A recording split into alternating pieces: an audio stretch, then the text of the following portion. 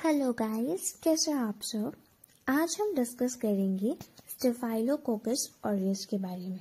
ठीक है, staphylococcus aureus है, इसमें हम ये 3 चीजें स्टडी करेंगे। केस स्टडी के थ्रू हम लोग देखेंगे virulence factors, clinical features, laboratory diagnosis and the treatment. ठीक है, सेकेंड हम देखेंगे toxic shock syndrome and third हम देखेंगे methicillin resistant staphylococcus aureus. Okay, तो स्टार्टिंग विद स्टेफाइलोकोकस ऑरियस के बारे में। स्टेफाइलो मीन्स इन क्लस्टर्स, इसीलिए bunch of grapes like appearance होती है। कोकस मीन्स की स्फेरिकल शेप्ड है।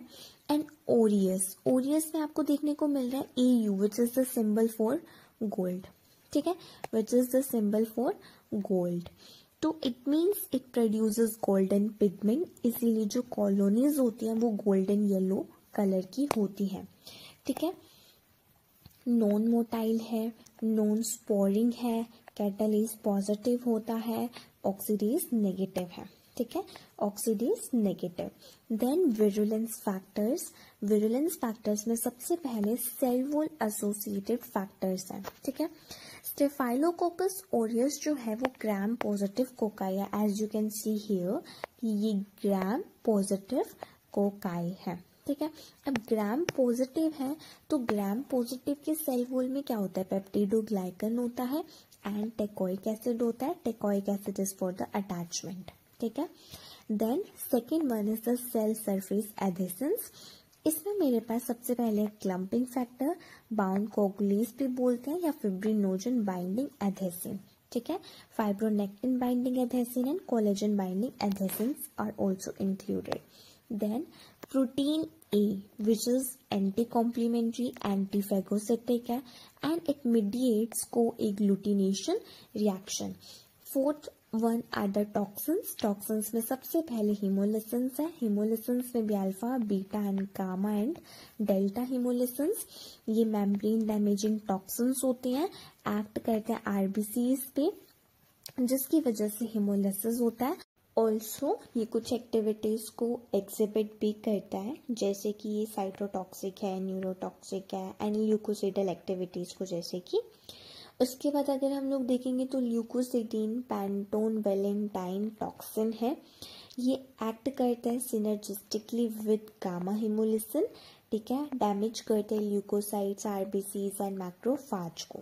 ठीक है, अब गामा हिमोलिसिन प्लस पीवी टॉक्सिन को कलेक्टिवली हम सिनर्जो हाइमेनोट्रोपिक टॉक्सिन बोलते हैं, क्योंकि ये इंडिविजुअली एक्टिव नहीं होते हैं but in combination they are capable of producing haemolytic and leucocidal activities. ठीक है, देन एपिडर्मोलिटिक और एक्सफोलिएटिव टॉक्सिन है which is responsible for Staphylococcus scalded skin syndrome and severe form in newborn is called as Ritter's syndrome.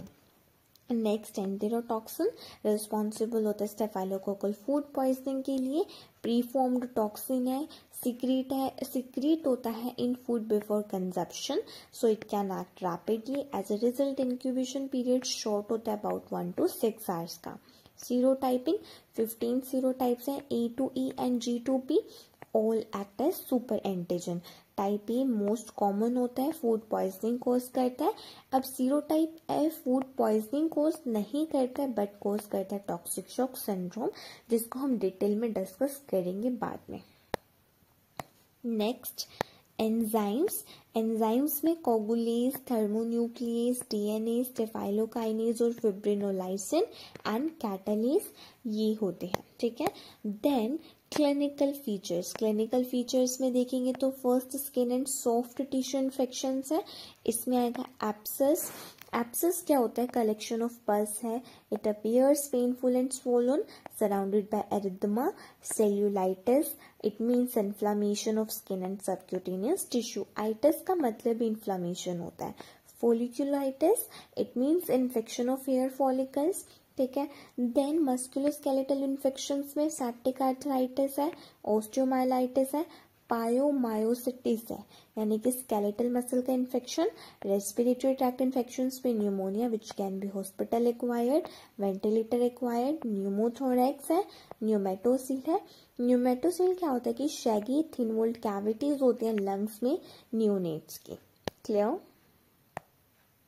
Okay, next toxin mediated illness में कि toxic shock syndrome, food poisoning, staphylococcal scalded skin syndrome, bacteraemia and its complications आएंगे। उसमें sepsis, septic shock, infective endocarditis that can be native valve endocarditis, prosthetic valve endocarditis, intravenous drug use associated endocarditis. Clear? Okay, उसके बाद diagnosis में sample collection depend करेगी lesion की nature पे। Common specimens pus, wound, swab, sputum, blood, midstream urine, ये सब होते हैं। फूड पॉइजनिंग के केस में faeces, vomitus and toxin contaminated food को हम कलेक्ट करते हैं माइक्रोस्कोपी के लिए कि ग्राम पॉजिटिव कोकाई हैं क्लस्टर्स में, और साथ में हमें पसल्स भी देखने को मिलते हैं। As you can see here कि कोकाई यानी कि स्फेरिकल शेप्ड, और वो भी कैसे कि क्लस्टर्स की फॉर्म में, जैसे कि यहाँ पे। ठीक है, ओके। उसके बाद कल्चर न्यूट्रिएंट आकार पे it produces golden yellow pigmented colonies. यहाँ पे आप देख सकते हैं गोल्डन येलो कलर की पिगमेंटेड कॉलोनीज है। देन ब्लड आकार पे पिन हेड कॉलोनीज है with narrow zone beta haemolysis. ठीक है, ओके। नेक्स्ट है सेलेक्टिव मीडिया मैनिटोल सोल्ट अगार है, सोल्ट मिल्क अगार है, लुडलाम्स मीडियम है। मैनिटोल सोल्ट अगार पे salt presence makes it a selective medium. Mannitol presence helps in determining whether bacteria's mannitol fermentation is positive or negative, जिसकी वजह से it makes it a differential medium. Indicator phenol red होता है and mannitol fermentation S aureus में causes the colour change to yellow. यहाँ colour change yellow में हुआ है तो इट मीन्स कि ये एस ऑरियस है। एस एपिडर्मिडिस के केस में यहाँ कलर चेंज येलो में नहीं हुआ है, ये रेड का रेड ही है। क्लियर? देन है बायोकेमिकल टेस्ट में कैटालिस पॉजिटिव और ये कोगुलेज पॉजिटिव होता है। ठीक है, यहाँ पे ये ऐसा आएगा, कोगुलेज पॉजिटिव होता है। कैटालिस टेस्ट है, it differentiates staphylococcus from streptococci. Staphylococcus catalyst positive है, स्ट्रेप्टोकोकाई कैटालिस नेगेटिव है। ठीक है, कैटालिस टेस्ट क्या है, इसमें क्या कि हमारे पास कल्चर है प्लस H2O2 प्लस कैटालिस। ठीक है, तो होगा क्या, H2O प्लस O2 प्रोड्यूस होगा, O2 की वजह से यहाँ पे बबल्स प्रोड्यूस होंगे। ठीक है, तो जो कैटालिस पॉजिटिव बैक्टीरिया हैं उनके एग्जाम्पल्स अगर हम देखेंगे तो Staphylococcus aureus, Neisseria gonorrhoeae, Neisseria meningitis, Mycobacterium tuberculosis, Escherichia coli, enterobacteria. And catalase positive fungi में Aspergillus species, Candida species, Cryptococcus species है। कोगुलेज टेस्ट है नेक्स्ट। कोगुलेज टेस्ट 2 टाइप्स का होता है, slide coagulase and tube coagulase. Slide coagulase test, it detects clumping factor also known as bound coagulase which is positive in S aureus. Procedure क्या होता है कि colony of S aureus को एमल्सिफाई करते हैं with a drop of normal saline on a slide पे कर रहे हैं, इसीलिए क्या बोल रहे हैं, स्लाइड कोगुलेज टेस्ट। ठीक है, जिसकी वजह से क्या होता है कि मिल्की वाइट सस्पेंशन फॉर्म हुए and then a loop full of plasma is added and mixed properly. ठीक है, positive result indicated by the formation of coarse clumps and negative result it remains as a milky white suspension. Next है tube coagulase test, ये detect करता है free coagulase secreted by S aureus. Procedure क्या होता है कि S aureus की colony को जब हम एमल्सिफाई करते हैं प्लाज्मा में इन अ टेस्ट ट्यूब और इंक्यूबेट करते हैं 37 डिग्री सेल्सियस पे 4 आवर्स के लिए। ठीक है, तो होता क्या है कि देखो प्लाज्मा है that contains coagulase reacting factors, CRF coagulase complex form हुआ जिसकी वजह से फिब्रिनोजन का एक्टिवेशन हुआ फिब्रिन में और क्लॉटिंग हुई प्लाज्मा की। Positive test is indicated by the formation of clot and negative test में कोई क्लॉट फॉर्मेशन नहीं होता है। अच्छा, पॉजिटिव टेस्ट में ये क्लॉट फॉर्मेशन हुआ बट जो क्लॉट है दैट डज नॉट फ्लो जब test tube is tilted. Okay, next देखो यहाँ पे हम देख रहे हैं स्लाइड कोगुलेज और ट्यूब कोगुलेज, ठीक है। अच्छा, ये स्लाइड कोगुलेज में this is the positive result and this is the negative result. Positive result में यू कैन से कि ये कोर्स क्लम्स आपको देखने को मिल रहे हैं, ठीक है। अच्छा, ट्यूब कोगुलेज में यहाँ पे ये रिजल्ट पॉजिटिव है एंड ये रिजल्ट नेगेटिव है, ठीक है। हम क्लॉट फॉर्मेशन को चेक करेंगे, क्लॉट फॉर्मेशन हो रहा है तो रिजल्ट पॉजिटिव आएगा और क्लॉट टिल्ट करने पे जब हम टेस्ट ट्यूब को टिल्ट करेंगे तो क्लॉट का फ्लो नहीं होगा, ठीक है। और नेगेटिव रिजल्ट में क्लॉट फॉर्मेशन ही नहीं होगा, ठीक है। ओके, नेक्स्ट मेरे पास यहाँ पे क्या होता है, एंटी माइक्रोबियल ससेप्टेबिलिटी टेस्ट है, ठीक है। S aureus develops resistance to antibiotics readily, इसीलिए drugs should be prescribed according to AST, ठीक है। यहाँ पे आपकी लेबोरेटरी डायग्नोसिस फिनिश होती है। देन हमारे पास है treatment, drug of choice penicillin या बीटा लैक्टम्स है। मैकेनिज्म ऑफ एक्शन क्या होता है कि ये ड्रग्स बाइंड करते हैं पेनिसिलिन बाइंडिंग प्रोटीन से जिन्हें हम ट्रांसपेप्टिडेजेस भी बोलते हैं, ठीक है, और बोन्स को ब्रेक करती है, ठीक है। देन रेजिस्टेंस किस वजह से होता है, बीटा लैक्टमेज एंजाइम की प्रोडक्शन की वजह से या पेनिसिलिनेज एंजाइम की वजह से, और जो ऑर्गेनिजम्स प्रोड्यूस करते हैं इन एंजाइम्स को वो रेजिस्टेंस डेवलप कर लेते हैं टू बीटा लैक्टम एंटीबायोटिक्स। और पेनिसिलिन रेजिस्टेंस के केस में क्या होता है कि मेथिसिलिन इज गिवन। क्लियर?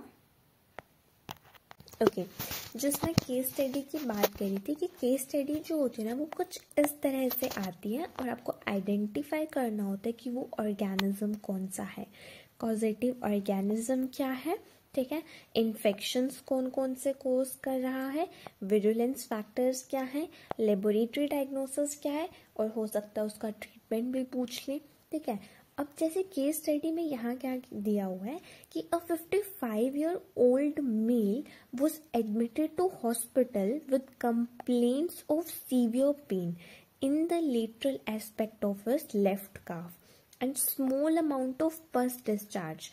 सबसे पहली चीज तो यहाँ पे क्या होगी कि pus discharge, ठीक है, pus discharge from the ingrown hair, ठीक है। Okay, on physical examination local area was found to be red, warm and tender, ठीक है।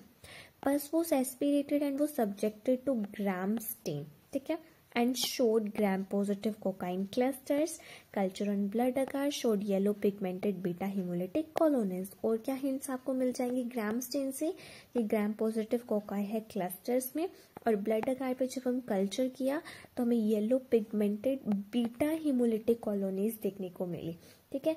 क्लस्टर से ही आपको मेन चीज क्लियर होगी कि स्टेफाइलोकोकस की हम बात कर रहे हैं एंड पस डिस्चार्ज वगैरह है, तो ऑब्वियसली स्टेफाइलोकोकस ऑरियस के बारे में हम बात कर रहे हैं, ठीक है। तो कुछ इस तरह से आपको एक केस स्टडी दी जाएगी, उस बेसिस पे आपसे इस तरह के कुछ क्वेश्चंस पूछे जाएंगे एंड वो यही क्वेश्चंस होते हैं कि कॉजेटिव ऑर्गेनिज्म क्या है, क्या क्या इन्फेक्शंस कोज कर है, क्या क्या उसके विरुलेंस फैक्टर्स है, क्या क्या उसकी लेबोरेटरी डायग्नोसिस है, और क्या क्या उसके लिए ट्रीटमेंट हो सकता है, और हमने ये सब चीज़ें डिस्कस कर ली हैं।